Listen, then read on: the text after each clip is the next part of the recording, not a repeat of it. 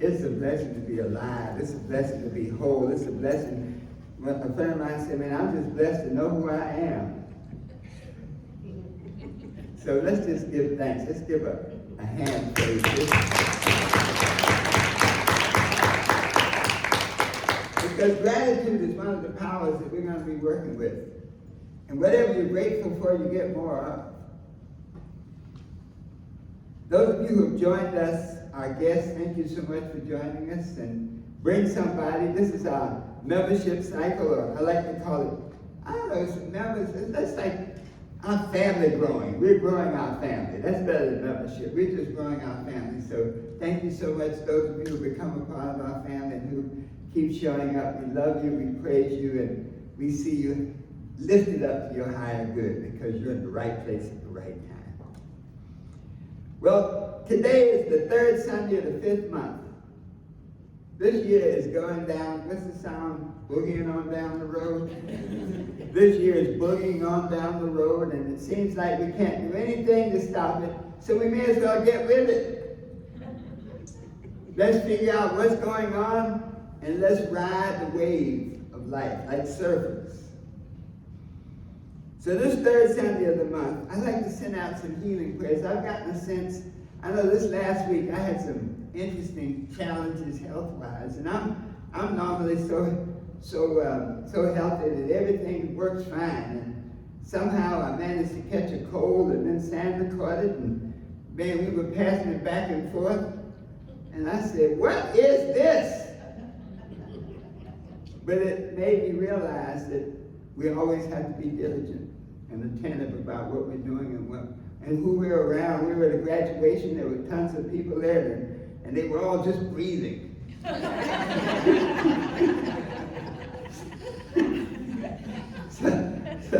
so you never know, but I am so thankful to feel better, to wake up, and to just know.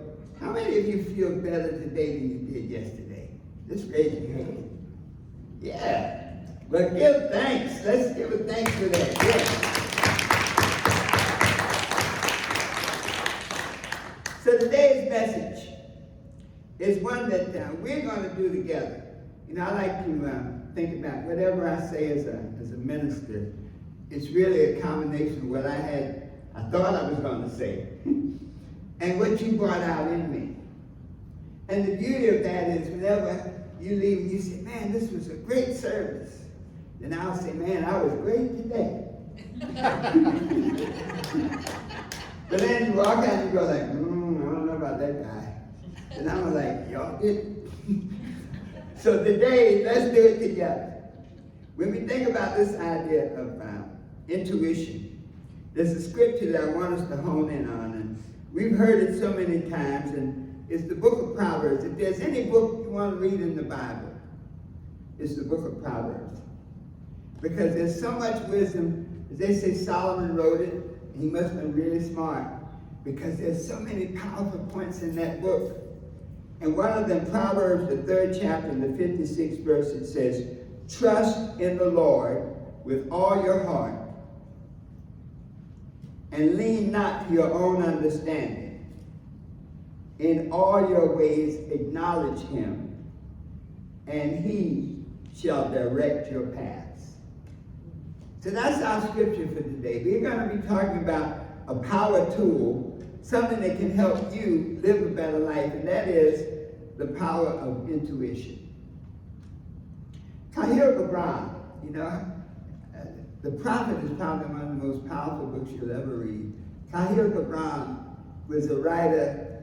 It's almost like he was living in these times when you read his works. And he said this, he said, when you reach the end of what you know, you will be at the beginning of what you should sense. So when you run out of knowledge, you have to look to a higher source for information. Gavin Becker said something even powerful. He said, intuition is always right in at least two important ways. One, intuition is always in response to something. Whenever we hear that small voice inside of us, it's responding to something that's going on in our lives. And then he said something even more powerful. Intuition always has your best interest at heart. And so that goes back to that unity principle. I'm at the right place at the right time. That everything is good around me. That all things are working for God and working for good. So there comes a moment, I think, in all of our lives, and this is why we wanted to look at this topic, intuition. And by the way, in June, the second week in June, I didn't get it up on the announcements, but we're going to be doing a 4-week class on your higher powers. We're going to be talking about intuition. We're going to be talking about your power to discern, your power to make good decisions, and then your power of gratitude. So we don't have a sign-up sheet, but mark your calendar. It starts the second Tuesday in June. Let's start now of intuition. It's very powerful because there come times when we run out of knowledge. When the facts are not clear, when you're not sure which way to go, and when the stakes are high. And so intuition is that thing that can help us move through them. It's that quiet voice that tells us inside what we should do and what we should not do. The challenge is many times we don't listen to it, and we definitely don't trust it. So we're going to talk about a few things today. Number one, what is intuition? And intuition is not guesswork, it's really a vibration. From a scientific perspective, intuition is your brain's ability to process patterns of information far beyond your conscious ability. Intuition is the link to the God mind. There are basically 3 levels of consciousness. There's what we call the conscious mind, which is what we see, what we experience right now. We're having a conscious experience.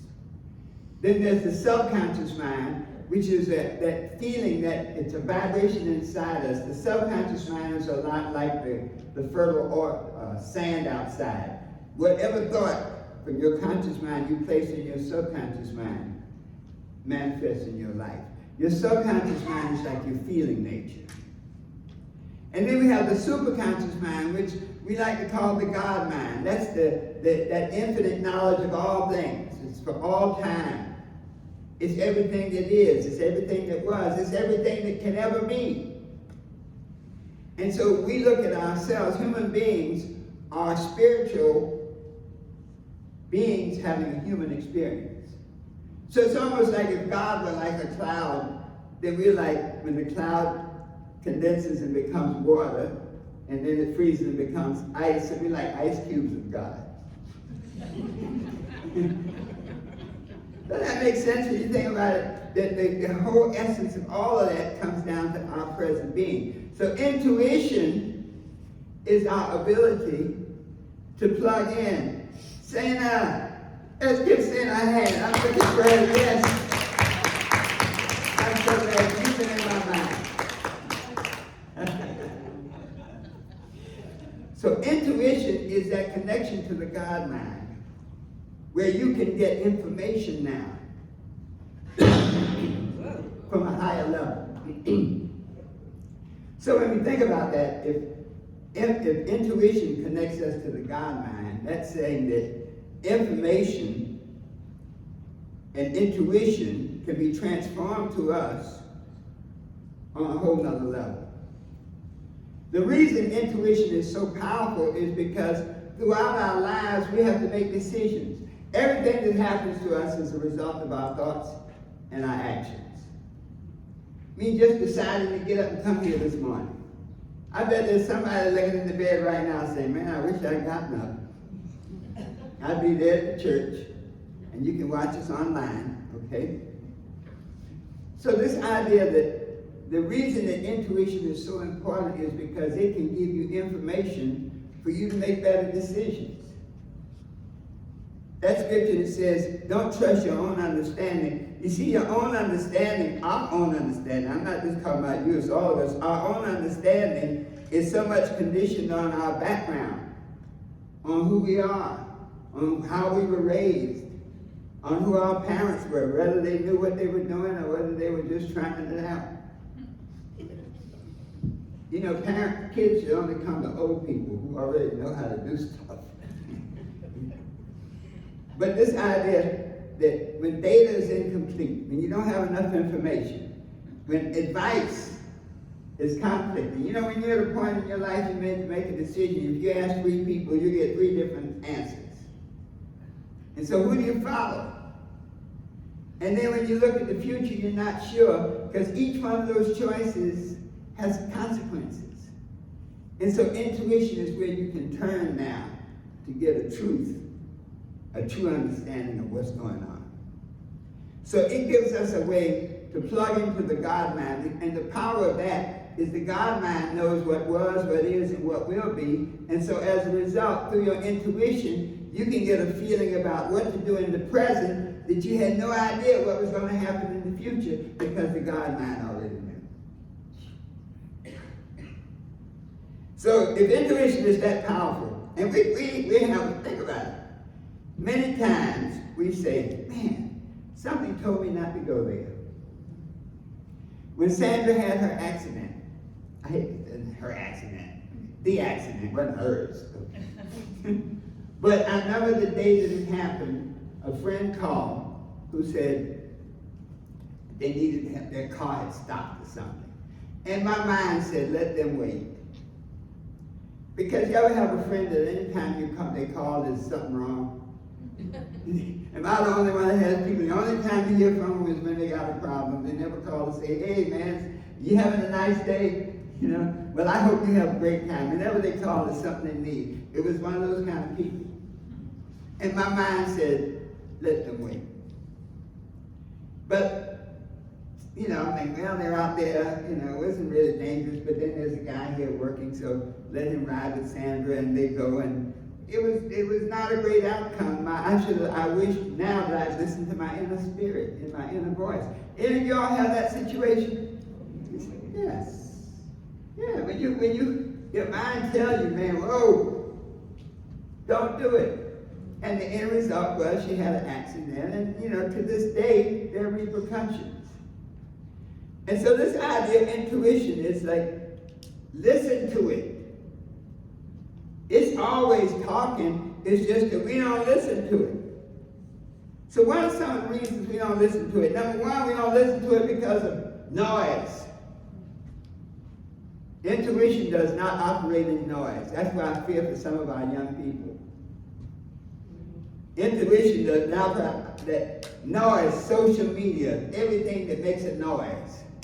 You know, that I was watching them play that Super Mario game, and when just the music came on, all the kids started jumping around. Like, why? But noise will undermine your ability to get inspiration and your intuitive connection. Fear. When you're fearful, it's hard to be rational. When you're fearful, you're more in a reactive state. In the book of Job, it says, the things I fear have come upon me. Fear is a negative vibration, and when you plant fear in your subconscious mind, guess what grows?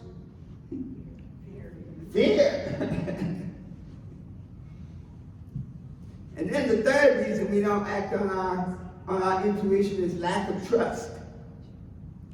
Do you know that if you look back at how we've been socialized, how we've been educated, we've been educated to trust everybody except ourselves. We start trusting your parents. Hopefully they know what they're doing. Then trust the people in school. Then trust your government. Woo! So we've been basically educated to trust things outside of ourselves. But we as creatures created by an all-knowing God, being a manifestation of that God, we have everything we need to get anything we want. So let us develop our intuition. How do we do that? Create moments of silence. The Spirit says, be still and what? And know. And so if you want to be more conversant with your intuition, you want to create moments of silence. You want to set aside times to pray and meditate. You know, we're working out the program in the morning at 10:45. We want to have it so that you can come in and have just some nice meditation music and sort of, it's almost like a renewal to come in before the service. And so it's working out, and we want to thank the hospitality team. Sometimes we pray in the vision and don't give all the details, but everybody seems to make it work out. But we're going to be doing that in the morning so that you can get into the vibration. Another key to developing your intuition is pay attention to your body. You ever notice they say your hair stands up on your arms? What does your hair know that you don't know? There's some people, when you meet them, everything inside goes off. You know, like, wow. And I mean, trust the feeling. The whole idea of intuition is when these things come to you, trust them. Reflect on some of your past experiences. The fact that you're here, everybody in here has gone through a lot. Everybody in here has faced challenges in life. Stuff that just happened, blocked their way. Undermined, can be sickness, can be illness, can be disappointment, can be hurt. But the fact that you're here means that you won. Let's say I won the game of life together. I won the game of life.